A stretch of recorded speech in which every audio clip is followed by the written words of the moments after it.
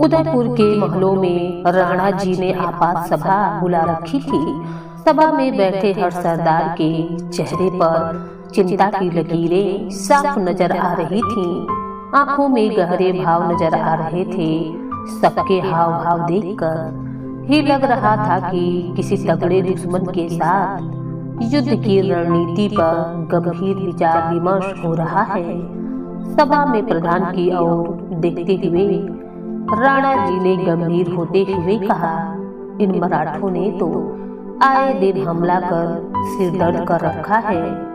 सिर दर्द क्या कर रखा है अन्नदाता, इन मराठों ने तो पूरा मेवाड़ राज्य ही तबाह कर रखा है। गांवों को लूटना और उसके बाद आग लगा देना, और इसके अलावा तो ये मराठे कुछ जानते ही नहीं हैं।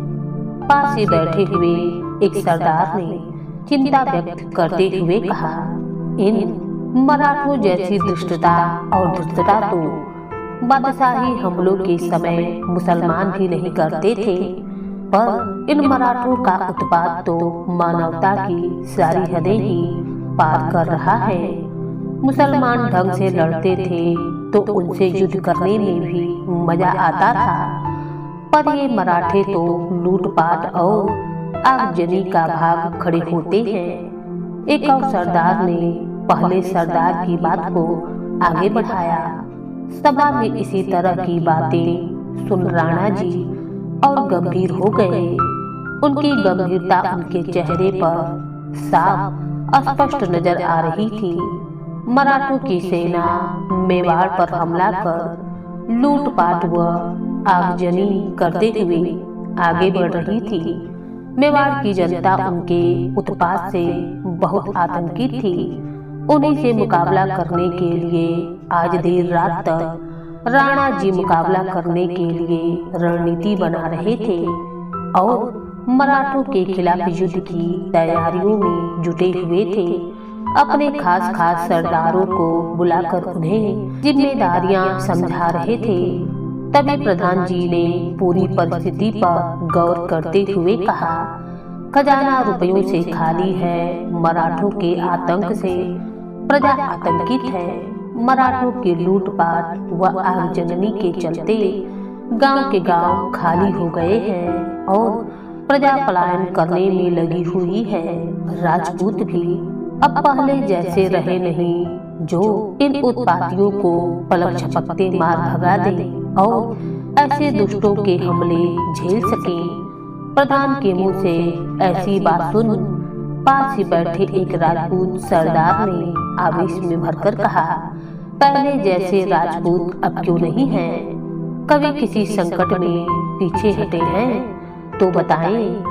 आज तक हम तो गाजर मूली की तरह सिर कटवाते आए हुए हैं और आप कह रहे हैं कि पहले जैसे राजपूत है ही नहीं। पिछले 200 वर्षों से लगातार मेवाड़ पर हमले हो रहे हैं, पहले मुसलमानों के और अब इन मराठों के।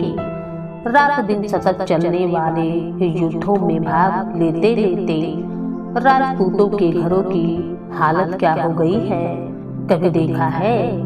कभी राजपूतों के गांवों में जाकर देखो, एक एक घर में 10-10 शहीदों की विधवाएं बैठी मिलेंगी। फिर भी राजपूत तो अभी सिर कटवाने के लिए तैयार हैं। बस एक हुक्म चाहिए राणा जी का।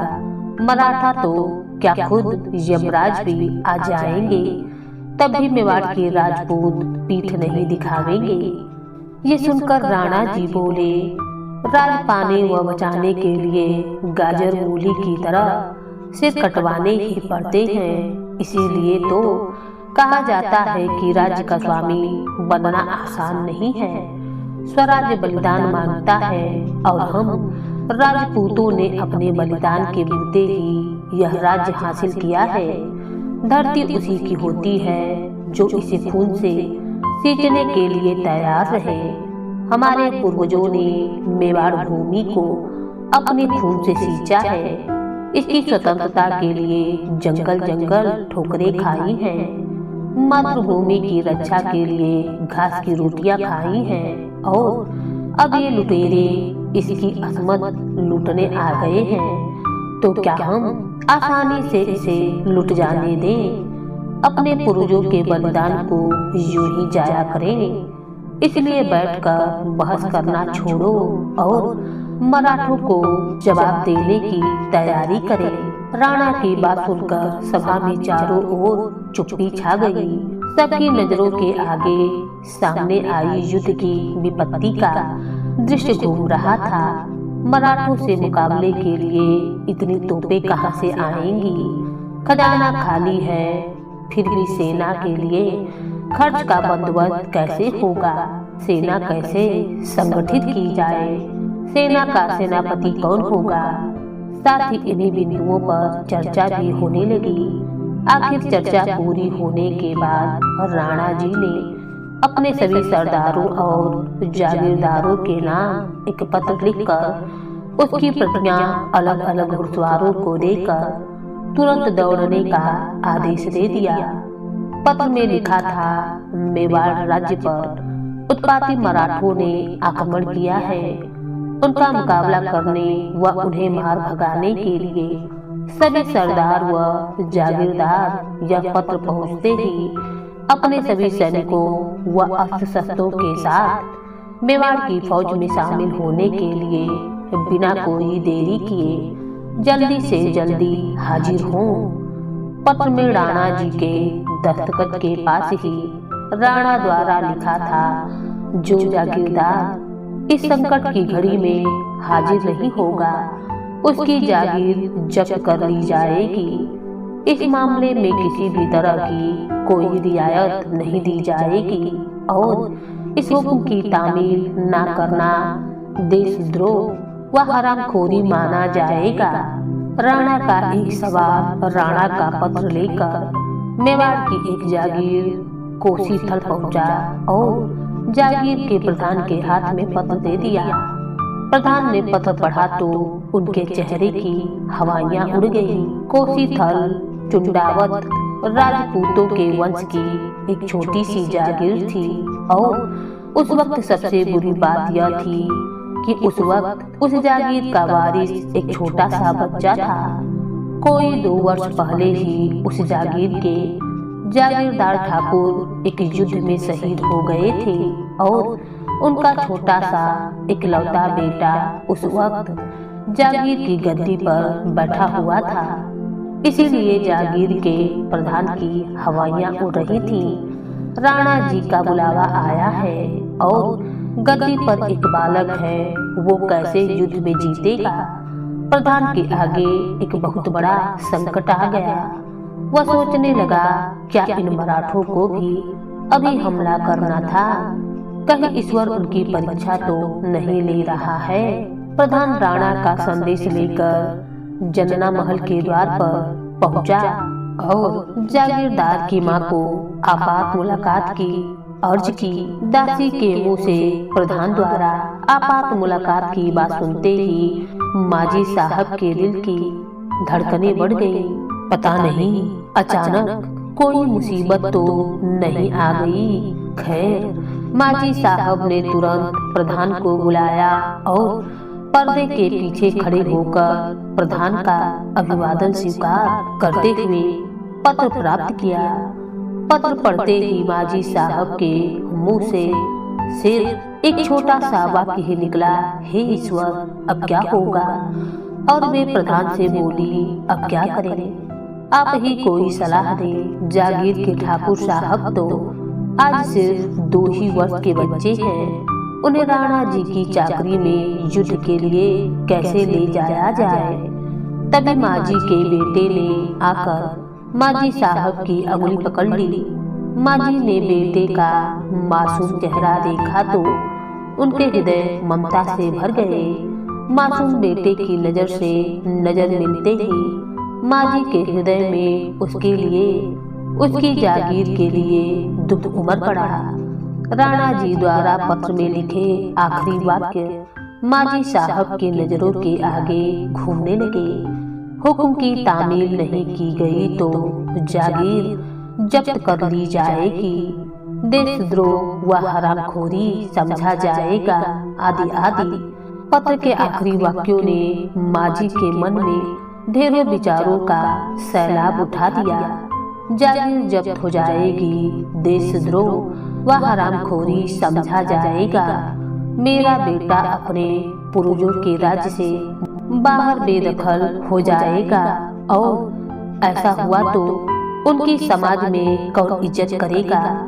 पर उसका आज बाप जिंदा नहीं है तो क्या हुआ, मैं माँ तो जिंदा हूँ। यदि मेरे जीते जी मेरे बेटे का अधिकार छिना जाए तो मेरा जीना बेकार है, ऐसे जीवन पर धिक्कार है।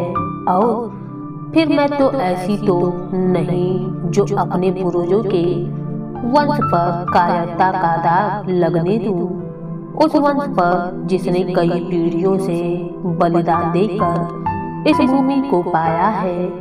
मैं उनकी इस बलिदानी भूमि को ऐसे आसानी से कैसे जाने दूं। ऐसे विचार करते हुए माजी साहब की आंखों के दृश्य घूमने लगे, जो युद्ध में नहीं जाने के बाद हो सकते थे कि उनका जवान बेटा एक और खड़ा है और उसके सगे संबंधी और गांव वाले बातें कर रहे हैं कि इन्हें देखिए, ये युद्ध में नहीं गए थे तो राणा जी ने इनकी जागीर जब्त कर ली थी। वैसे इन टुंडावंतों को अपनी बहादुरी और वीरता पर बड़ा नाज है। हरावल में भी यही रहते हैं और ऐसे व्यंग शब्द सुन उनका बेटा नजर झुकाए दांत पीस कर जाता है। ऐसे ही दृश्यों के बारे में सोचते सोचते माजी का सिर चकराने लगा। वे सोचने लगे, यदि ऐसा हुआ तो बेटा बड़ा होकर मुझ माँ को भी धिक्कारेगा। ऐसे विचारों के बीच ही माजी को अपने पिता के मुंह से सुनी उन राजपूती वीरांगनाओं की कहानियां याद आ गई, जिन्होंने युद्ध में तलवार हाथ में लिए घोड़े पर सवार हो दुश्मन सेना को गाजर मूली की तरह काटते हुए खलबली मचा अपनी वीरता का परिचय दिया था। दूसरे उदाहरण क्यों, उनके ही खानदान में पंता जी की ठकुराइन उन्हें याद आ गई, जिसने अकबर की सेना से युद्ध किया और अकबर की सेना पर गोलियों की बौछारें कर दी थी। जब इसी खानदान की वो ठकुराइन युद्ध में जा सकती थी तो मैं क्यों नहीं? क्या मैं वीर नहीं? क्या मैंने भी एक राजपूतनी का दूध नहीं पिया? बेटा नाबालिग है तो क्या हुआ, मैं तो हूँ। मैं खुद अपनी सैन्य टुकड़ी का युद्ध में नेतृत्व करूंगी और जब तक शरीर में जान है दुश्मन से टक्कर लूंगी। और ऐसी वीरता से भरे विचार आते ही माजी सा का मन स्थिर हो गया। उनकी आंखों में चमक आ गई, चेहरे पर तेज झलकने लगा और उन्होंने बड़े ही आत्मविश्वास के साथ प्रधान जी को हुक्म दिया कि राणा जी हुक्म सिर माथे, आप युद्ध की तैयारियों के लिए अपनी सैन्य टुकड़ी को तैयार कीजिए। हम अपने स्वामी के लिए युद्ध करेंगे और उनमें जान की बाजी लगा देंगे। प्रधान जी ने ये सुनकर कहा, माजी वे तो सब ठीक है, पर बिना स्वामी के कैसी फौज? माजी बोली, हम है ना, अपनी फौज का हम खुद नेतृत्व करेंगे। प्रधान ने विस्मय पूर्वक माजी की ओर देखा। यह देख माजी बोली, क्या आज तक महिलाएं कभी युद्ध में नहीं गईं? क्या आपने उन महिलाओं की कभी कोई कहानी नहीं सुनी जिन्होंने युद्धों में वीरता दिखलाई थी? क्या इसी खानदान में पंता जी की ठकुराइन सा ने अकबर के खिलाफ युद्ध में भाग ले वीर गति नहीं प्राप्त की थी? मैं भी उसी खानदान की बहू हूँ, तो मैं उनका अनुसरण करते हुए युद्ध में क्यों नहीं भाग ले सकती हूँ? बस फिर क्या था, प्रधान जी ने कोसी थल की सेना को तैयार कर सेना के कूच का नगाड़ा बजा दिया। कोसी थल की फौज के आगे आगे माजी सा वस्त्र पहने हाथों में भाला लिए आगे चल रही थी। पीछे पीछे फौज चल रही थी। अगले दिन मेवाड़ की फौज ने मराठा फौज पर हमला किया, जिसमें मांझी की भी टुकड़ी थी। चुंडावर्तों के पाटवली के राव जी थे। उन्होंने फौज को हमला करने का आदेश के पहले संबोधित किया, वीर मर्द राजपूतों मत जाना, पर पीठ मत दिखाना। हमारी वीरता के बल पर ही हमारा चुंदावत वंश को हरावल में हराने का अधिकार मिला है, जिसे हमारे पूर्वजों ने सिर कटवा कर कायम रखा है। हरावल में रहने की जिम्मेदारी हर किसी को नहीं मिल सकती, इसीलिए आपको पूरी जिम्मेदारी निभानी है। मातृभूमि के लिए मरने वाले अमर हो जाते हैं, अतः मरने से किसी को डरने की कोई जरूरत नहीं है। अब खींचो अपने घोड़े की लगाम और चढ़ा दो मराठा सेना पर। मांझी शाह ने भी अन्य वीरों की तरह एक हाथ से तलवार उठाई और दूसरे हाथ से घोड़े की लगाम खींच ली। युद्ध शुरू हुआ, तलवारें टकराने लगी, खच खच करके सैनिक कटकट कर गिरने लगे, तोपे बंदूकों की आवाजें गूंजने लगी। हर हर महादेव के नारे से युद्ध भूमि गूंज उठी। मांझी शाह भी बड़ी फुर्ती से पूरी तन्मयता के साथ तलवार चला दुश्मनों के सैनिकों के काटते हुए उनकी संख्या कम कर रही थी कि तभी किसी दुश्मन ने पीछे से उन पर भाले का एक वार किया, जो उनकी पसलियां चीरता हुआ निकल गया और तभी मांझी के हाथों से घोड़े की लगाम छूट गई और वे नीचे धम से नीचे गिर गई। संध्या हुई तो युद्ध बंद हुआ और साथी सैनिकों ने उन्हें अन्य घायल सैनिकों के साथ उठाकर वैद्य जी के शिविर में इलाज के लिए पहुंचा दिया। वैद्य जी घायल मांझी की मरहम पट्टी करने ही लगे थे कि उनके सिर पर पहने लोहे के टोपे से निकल रहे लंबे केस दिखाई दिए। वैद्य जी देखते ही समझ गए कि यह तो कोई औरत है। बात राणा जी तक जा पहुंची। घायलों में एक औरत, पर कौन, कोई नहीं जानता था। पूछने पर अपना नाम व परिचय भी नहीं बता रही हैं। सुनकर राणा जी खुद चिकित्सा शिविर में जा पहुंचे। उन्होंने देखा एक औरत खून से लथपथ पड़ी हुई है। पूछा, कृपया बिना कुछ छिपाए सच सच बताएं, आप यदि दुश्मन खेमे से भी होंगी तब भी मैं आपका अपनी बहन के समान आदर करूंगा। अतः बिना किसी डर और संकोच के सच सच बता देवे। घायल मांझी शाह ने जवाब दिया, कोसी थल ठाकुर साहब की माँ मैं हूँ अन्नदाता। सुनकर राणा जी आश्चर्यचकित हो गए। पूछा, आप युद्ध में क्यों आई? अन्नदाता का हुक्म था कि सभी जागीरदारों को युद्ध में शामिल होना है और जो नहीं होगा उसकी जागीर जब्त कर ली जाएगी। उसी थल जागीर का ठाकुर मेरा बेटा अभी मात्र 2 वर्ष का है, अतः वह अपनी फौज का नेतृत्व करने में सक्षम नहीं है। सो अपनी फौज का नेतृत्व करने के लिए मैं युद्ध में शामिल हुई हूँ।